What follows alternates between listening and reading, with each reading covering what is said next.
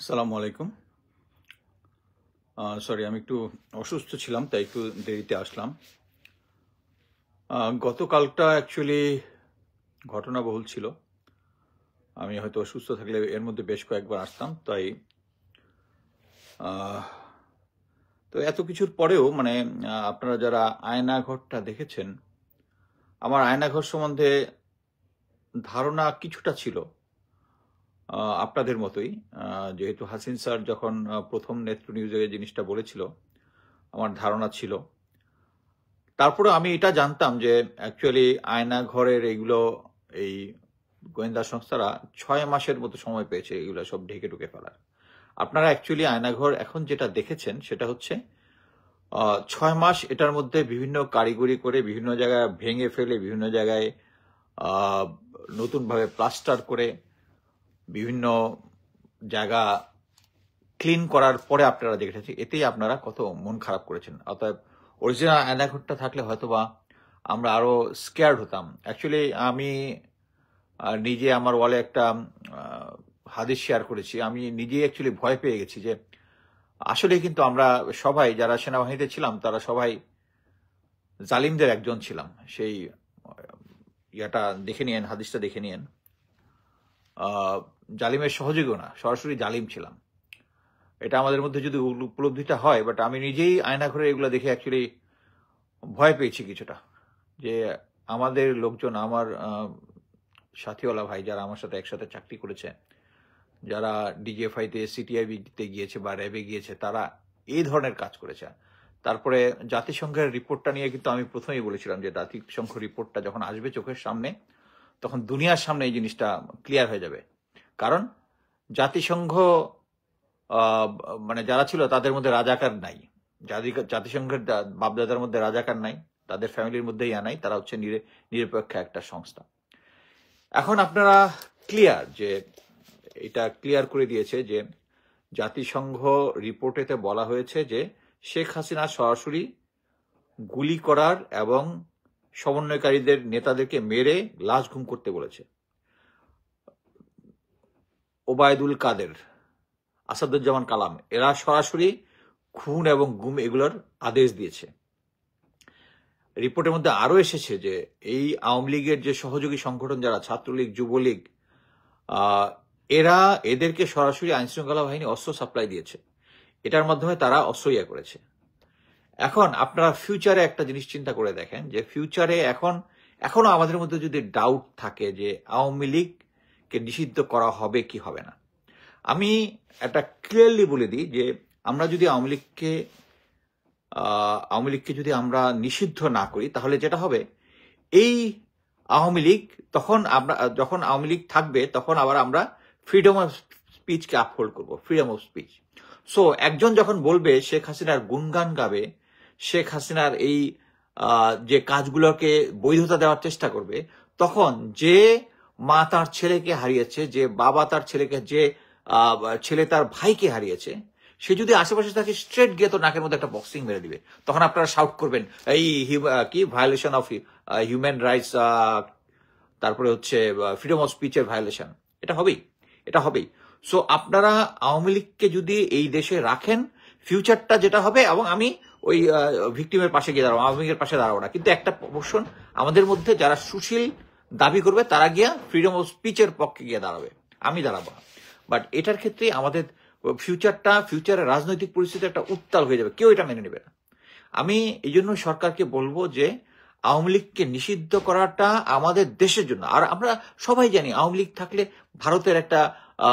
ভারতের প্রভাব আমাদের মধ্যে থাকবে, ভারত আমাদেরকে কন্ট্রোল করবে, এগুলো সবকিছু জানি, এগুলো সব বাদ। বাট এখন এই যে জাতিসংঘের মাধ্যমে যেটা প্রুফ হয়েছে, এই জিনিসটা যদি আমরা এখন, এবং এটা সম্ভব কি আইনি প্রক্রিয়ার মাধ্যমে সম্ভব, একটা স্পেশাল ইনভেস্টিগেশন টিম করতে হবে, যার মধ্যে এই যে শেখ হাসিনা থেকে শুরু করে এই দেশের যত বড় বড় নেতাগুলো এবং এই যারা কর্মী থেকে শুরু করে সবাই এই গণহত্যার সাথে জড়িত ছিল, এবং এই গণহত্যাকারী একটা দলকে রাখা যাবে না। ইতিহাসের অনেক এখানে উদাহরণ আছে, নাজি পার্টি আছে, মুসলিনীর পার্টি আছে, এরা এক্সিস্ট করে না দুনিয়াতে ওই তাদের ফলের পরে। বাট এখানে আমরা যদি আওয়ামী লীগকে নিষিদ্ধ না করি, আমাদের ফিউচার খুবই খারাপ হবে, খুবই খারাপ। আমরা নিজেদের মধ্যে মারামারি করবো। তখন আমরা নিজেদের মধ্যে মারামারি করবো। এখন আসি আমাদের এই আয়নাঘর নিয়ে। প্রথম হচ্ছে আয়নাঘরটা, আমি আগেই কয়েকবার আমার শোতে বলেছিলাম যে আয়নাঘরের যে বেসিক্যালি বড় আয়নাঘর যেটা ছিল,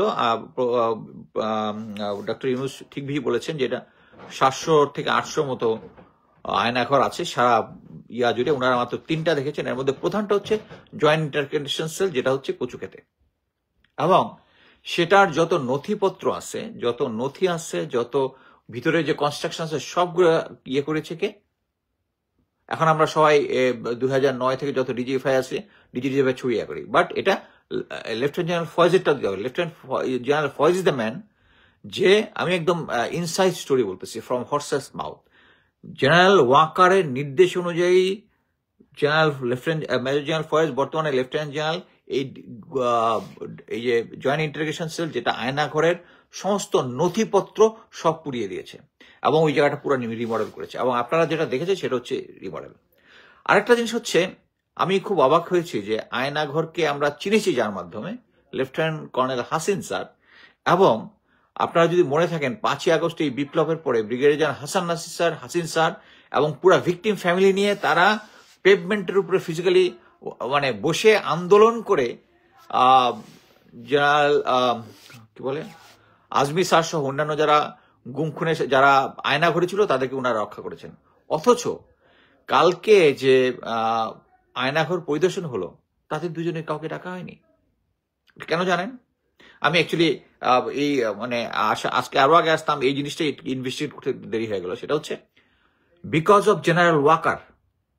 clear, loud and clear, because of general Waker. General Waker প্রথমে, যেহেতু আমরা যে সমস্ত অফিসাররা, আমাদের সেনাবাহিনী, নৌ বিমান বাহিনীর যে সমস্ত অফিসাররা ভিকটিম হয়েছিলাম গত গত আওয়ামী রেজিমে, তাদের পক্ষে হাসান নাসির স্যার কথা বলছে, এবং হাসান নাসির স্যারের সাথে উনি বসবেন না। হাসান নাসির স্যার যেহেতু, কারণ কি, সবাইকে কম্প্রোমাইজ করতে পারবে, ওনাকে তো কম্প্রোমাইজ করাইতে পারবেন না। এরপরে গেল হচ্ছে হাসিন স্যার। এখন গুম খুনের মধ্যে সবচেয়ে আমি অবাক হয়েছি যে অ্যাকচুয়ালি গুম খুন কমিশন অ্যাকচুয়ালি আমার সাথে যোগাযোগ করেছিল, আমার সাথে কথা বলবে। কথা বলে তার কিছুদিন পরে দেখলাম যে বলবে যে না, এখনো না, কয়েকদিন পরে একটা ইন্টারভিউ, তারপরে বলবে। তারপরে দেখি আমি নাই। আমার কাছে যেটা মনে হচ্ছে যে আমরা যারাই জেনারেল ওয়াকারের বিরুদ্ধে কথা বলছি, তারাই কেন জানি বাদ হয়ে যাচ্ছে আস্তে আস্তে। ওই হাসিন স্যার কিন্তু এতদিন করে নাই। হাসিন স্যার এই লাস্ট আজকে গতকালকে প্রথম দেখলাম ইলিয়াস হোসেনের ইয়াতে এসে আর হাসান নাসির স্যার কথা বলছে। এবং এই সব কিছুর পিছনে আপনারা যারা হিরো বলতেছেন, একটা জিনিস মনে রাখবেন যে এই 5 তারিখে আগ পর্যন্ত যারা এই জালিম গভর্নমেন্টের পক্ষে গুলি করেছে, আপনাদের ওয়াকার হচ্ছে তাদের মধ্যে একজন। সে একটা ভালো কাজ করেছে, মাফ করে দিয়েছেন, তার মানে এই না যে এখন পর্যন্ত এই আয়নাঘরের জন্য যতজন অফিসার দায়ী, তাদেরকে এখনো উনি ক্যান্টনমেন্টের ভিতরে রেখে দিয়েছেন, এবং উনি নেগোশিয়েট করার চেষ্টা করতেছেন যে তাদেরকে যেন তাদেরকে যেন সেনা আইনে বিচার করা যায়। How ridiculous it is. এবং স্টিল উনি চেষ্টা করতেছেন এই ফ্যাসিস্টিজমকে আনার জন্য।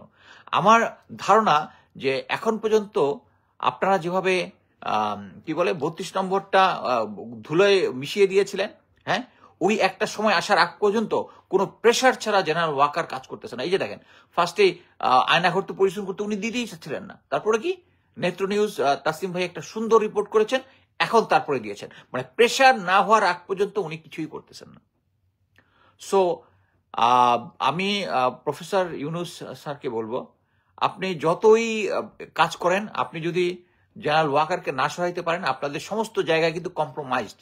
যেহেতু তারা এখনো, আপনারা তাকে মনে করতেছেন যে একটা মাইডিয়া, আর পুরো সেনাবাহিনী জেনারেল ওয়াকারের সাথে নাই।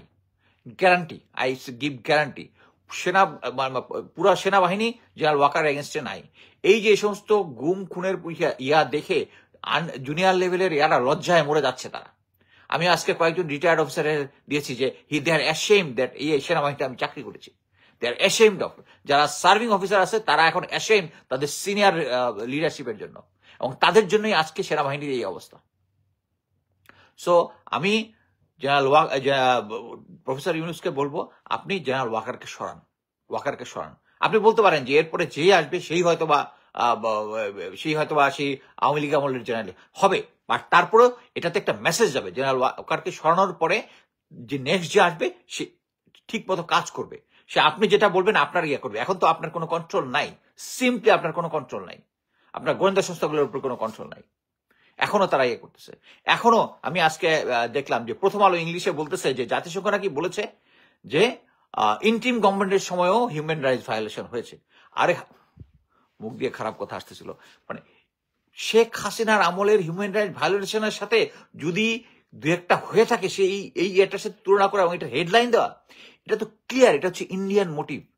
শেখ অ্যাকচুয়ালি প্রথম আলো আর ডেইলি স্টার ঘুরিয়ে দেওয়ার টাইম আসতেছে, টাইমের আগেই সরকার যদি এটা ঘুরিয়ে দেন ভালো হবে। ধন্যবাদ।